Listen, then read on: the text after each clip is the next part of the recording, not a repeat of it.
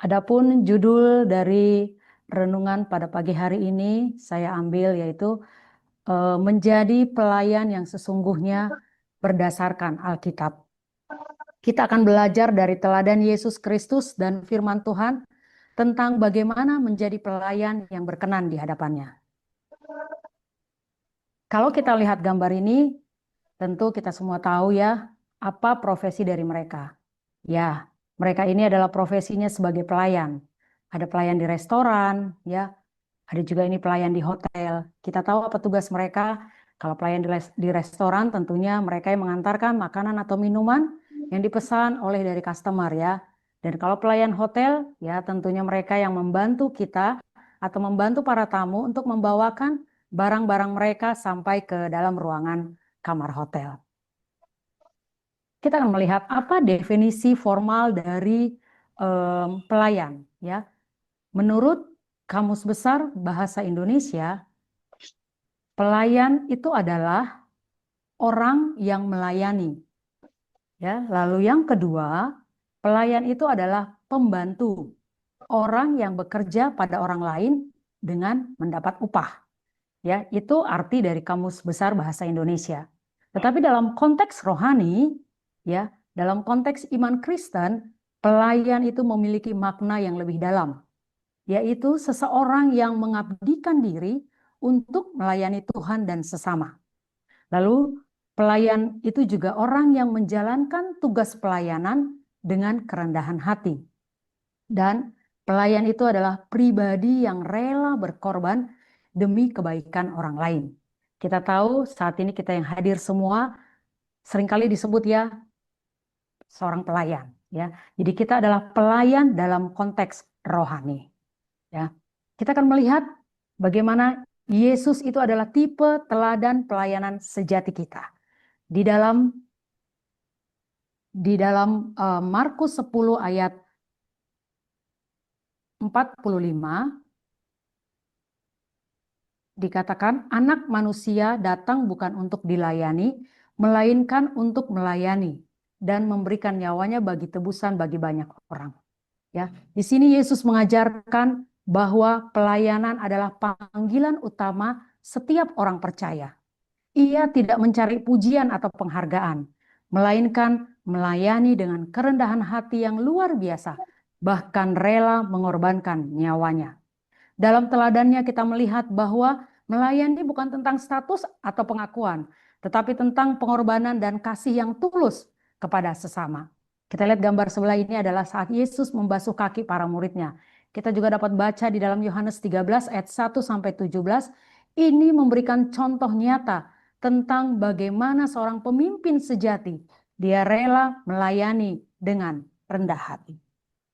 4 dari karakteristik dari seorang pelayan Tuhan yang sesungguhnya. Berdasarkan Ibrani 5 ayat 1 dan 4. Seorang pelayan Tuhan yang sesungguhnya haruslah mempunyai empati dan pengertian. Dia mampu mengerti orang. Seseorang pelayan sejati memahami kelemahan manusia dan tidak cepat untuk menghakimi. Yang kedua adalah rela berkorban. Seorang pelayan Tuhan yang sesungguhnya harus rela mengorbankan waktu, tenaga, dan sumber daya untuk melayani. Yang ketiga adalah kerendahan hati. Ya, seorang pelayan Tuhan itu tidak hanya mencari kehormatan dan pujian dari manusia saja, tetapi harus melayani dengan tulus tanpa mengharapkan pengakuan atau penghargaan. Dan yang terakhir, seorang pelayan Tuhan yang sesungguhnya harus memiliki kasih tanpa syarat, yaitu melayani dengan tulus tanpa pilih kasih dan penuh kasih sayang, tidak membeda-bedakan status sosial, latar belakang, atau kondisi orang yang dilayani. Dasar-dasar dari pelayanan yaitu kesetiaan dan ketersediaan. Saya mengambil di sini ada 3, yaitu yang pertama adalah setia, faithful ya. Seorang pelayan itu harus yang beriman teguh dan setia dalam segala keadaan. Di dalam 1 Tesalonika 5 ayat 24 dikatakan, ia yang memanggil kamu adalah setia, ia juga akan menggenapinya. Yang kedua adalah tersedia atau available. Pelayanan membutuhkan kesiapan waktu dan hati untuk melayani tanpa alasan. Di dalam Yesaya 6 ayat 8, Lalu aku mendengar suara Tuhan berkata, siapakah yang akan kuutus? Maka jawabku, ini aku, utuslah aku. Lalu dasar pelayanan yang ketiga adalah teachable, mau diajar. Kita sebagai pelayan harus terus belajar dan bertumbuh di dalam firman dan pelayanan melalui kita mau terbuka untuk menerima nasihat dan juga koreksi. Kita bersedia dimentori oleh yang lebih berpengalaman. Dan juga kita harus menjadi pelayan yang selalu haus akan firman Tuhan.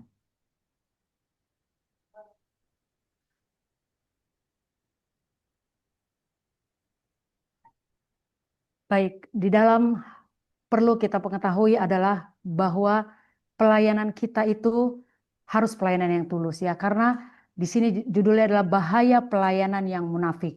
Di dalam Matius 23 ayat 12 ya, peringatan keras dari Yesus mengatakan bahwa siapa yang meninggikan diri akan direndahkan dan yang merendahkan diri akan ditinggikan. Ini adalah Yesus mengkritik para pemimpin agama yang tampak baik di luar, tetapi munafik di dalam. Mereka melakukan pelayanan itu hanya untuk mencari pujian dan pengakuan dari manusia. Lalu mereka melakukan pelayanan mereka hanya untuk mendapatkan gelar dan status sosial. Dan juga mereka melakukan pelayanan itu hanya untuk menikmati kehormatan dan kemuliaan duniawi saja. Pelayanan yang munafik tidak berkenan di hadapan Tuhan. Tuhan melihat motivasi hati kita, bukan sekedar tindakan lahiriah. Jangan sampai kita melayani hanya untuk mendapatkan pengakuan atau pujian dari manusia saja. Di saat ini mungkin kita ya di ladang pelayanan kita masing-masing, kita pasti memiliki tantangan ya dan pengorbanan kita dalam melayani. Mungkin kita tantangan kita adalah apa? Kelelahan fisik dan mental ya. Pelayanan seringkali melelahkan dan membutuhkan stamina yang baik. Banyak pelayan mengalami kelelahan karena kurang istirahat dan regenerasi. Mungkin oleh karena tempat pelayanan kita mungkin yang jauh ya. Itu mungkin secara fisik ya kita sangat melelahkan ya, ataupun banyak rintangan dan cobaan seperti penolakan, kritik, kesalahpahaman, itu juga bisa membuat semangat pelayanan kita menurun. Kita mengembalakan begitu banyak jemaat ya dengan berbagai macam latar belakang ataupun pemikiran ya. Kadang-kala mungkin itu bisa membuat kita membuat pelayanan kita menurun. Tetapi ada janji Tuhan dikatakan di dalam Yesaya 41 ayat 10 berbunyi, janganlah takut sebab aku menyertai engkau. Janganlah bimbang sebab aku ini Allahmu. Aku akan meneguhkan bahkan akan menolong engkau.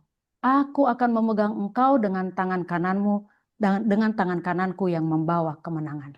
Jadi janji Tuhan ini ya sangat harus kita ingat. Apapun rintangan kita, apapun tantangan kita di dalam ladang pelayanan kita, di mana kita sudah ditempatkan, percayalah bahwa Tuhan akan selalu menolong kita.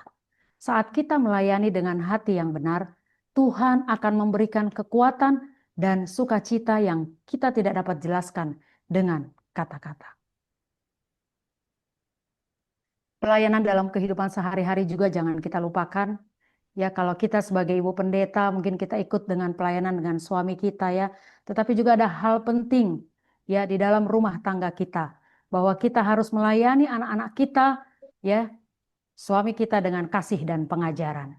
Itu juga akan membuat supaya anak-anak kita juga saling menghormati dan membantu orang tua. Ya. Dan juga kalau pelayanan di dalam kehidupan sehari-hari di tempat kerja, yaitu kita harus menjadi orang yang bekerja dengan jujur dan penuh integritas. Melayani rekan kerja dan atasan dengan sikap hormat dan menjadi saksi Kristus melalui etika kerja. Bagaimana pelayanan sehari-hari kita di lingkungan masyarakat?